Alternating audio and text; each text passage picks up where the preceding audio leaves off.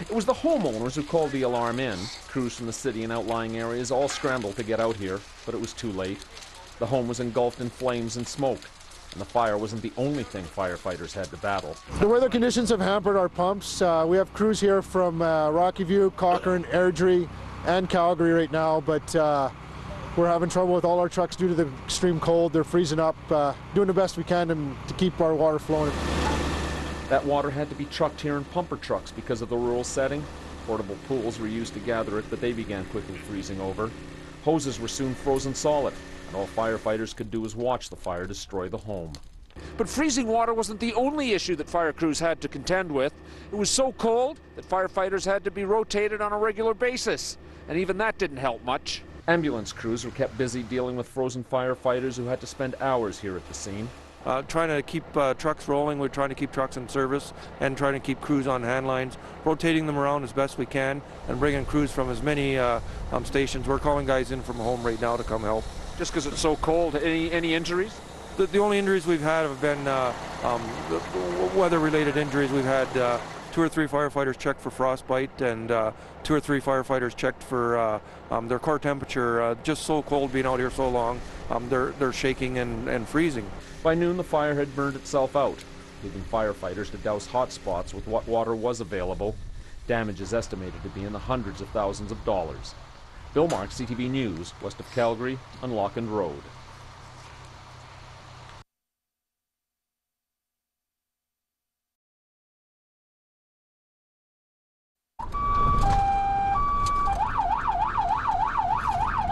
Rob Gladney has been a Calgary paramedic for 5 years. When he gets a call, the goal is to get there in less than 8 minutes, especially when responding to a heart attack. Every minute that patient's heart rate isn't beating, you can take 10% off his survival rate.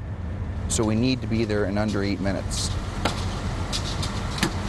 And thanks to these new units, that goal is being achieved more and more. This unit was in every call in under 8 minutes, 95% of the time. It's the cops.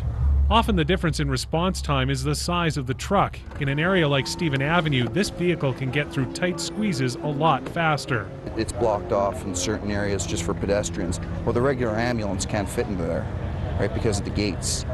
So I was able to swing in there quite freely. Okay, head back. Eyes open, eyes open. No. The units carry all of the same equipment and drugs that would be in a full-sized ambulance. Rather be to intubating a patient or defibrillating a patient or even as simple as just starting an IV. I can do that just like the regular ambulance can. The only thing it can't be used for is transporting patients to hospital, and that isn't always necessary. Okay. I'm fine. No, she's drunk. When this call came in, it was for an unconscious female who wasn't breathing. As you can see, it wasn't the case. I canceled the incoming unit. Now that unit is now freed up to do another call in the core.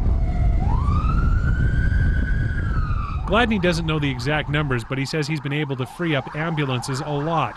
In the first 6 weeks this paramedic response unit has been on downtown streets, it has responded to more than 400 calls. Kirk Weiser, CFCN News.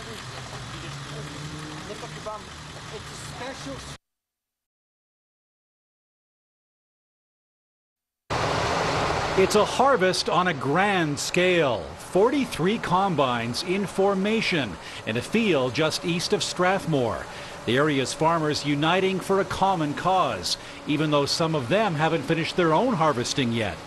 Not everyone's finished their crops, and if you don't harvest your crops, you don't have money. So it's a big commitment for these people to be here.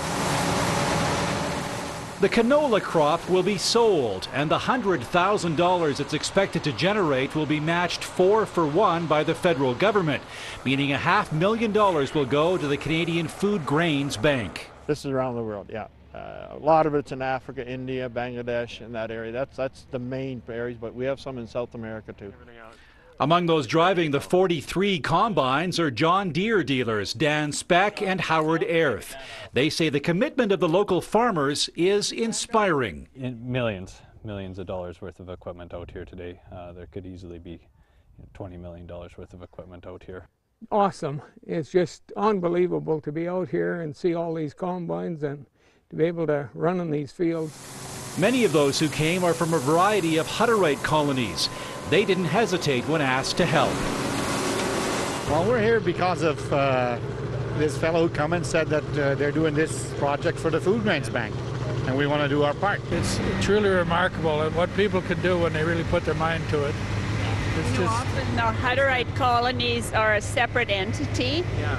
And the fellow I just spoke to said there were 24 combines in his convoy coming from the east, from the different Hutterite colonies. Next year, organizers hope to set a world record. The plan is to harvest twice as much land with 100 combines, raising even more money for the world's hungry. Reg Hampton, CTV News, near Strathmore.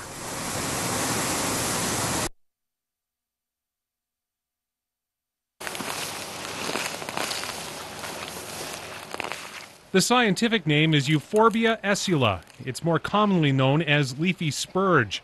It looks like a harmless little yellow flower, but it's actually a non-native, nasty, noxious weed.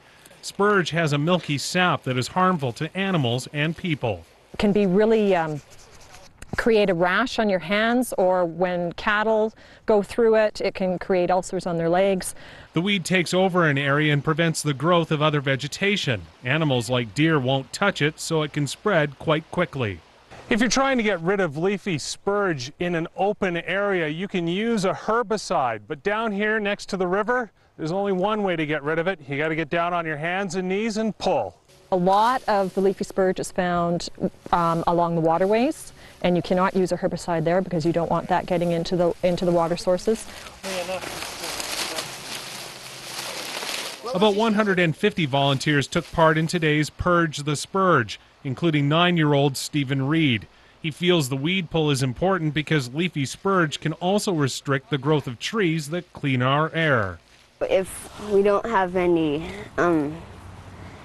plants or anything, then we won't be able to live because we won't have any oxygen. Walter Stanford suffered a heart attack last year. As part of his rehab, he started taking more walks through Fish Creek.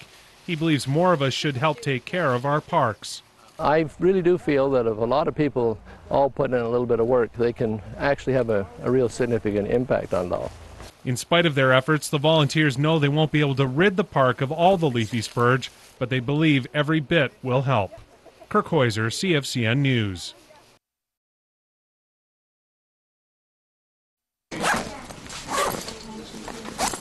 The project started in the social justice class, but then everyone at St. Rose of Lima School got on board. 20 duffel bags stuffed with items that will make life on Calgary streets a little more bearable for the homeless. Because I think it just will make them feel like we actually care for them, and we really do. We know it's hard for them, and we just want to be there to help them through. Teacher Jean Saldana says local businesses made donations, and the students didn't hesitate when asked to help. They're pretty passionate about coming out and helping out the needy, the homeless, not only just the homeless, but anybody who is in need.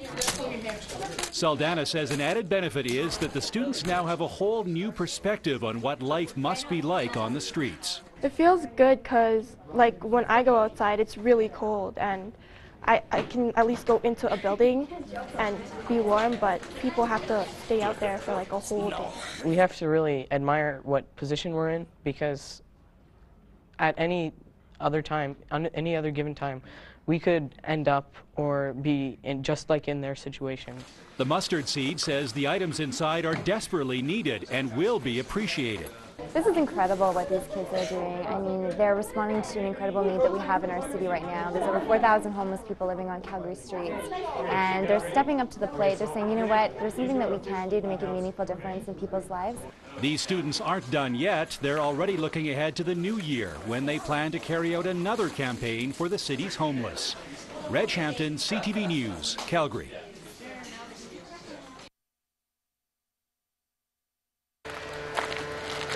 For the past 4 days, this is where Barb Shellyan and her husband Rich have been spending their time, walking the banks of the Bow River in Canmore, hoping to find their nephew.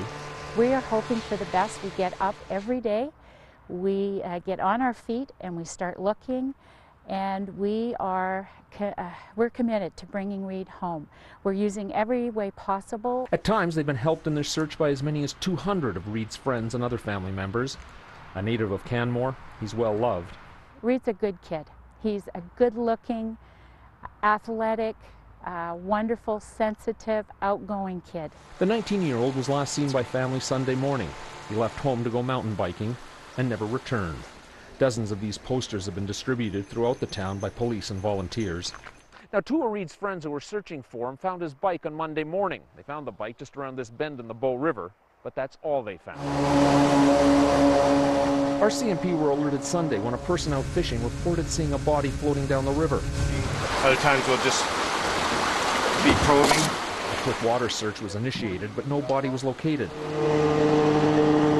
Now 4 boats are cruising the fast-flowing water with search and rescue experts from Parks Canada and K-Country checking the shoreline. It's not looking good, they say.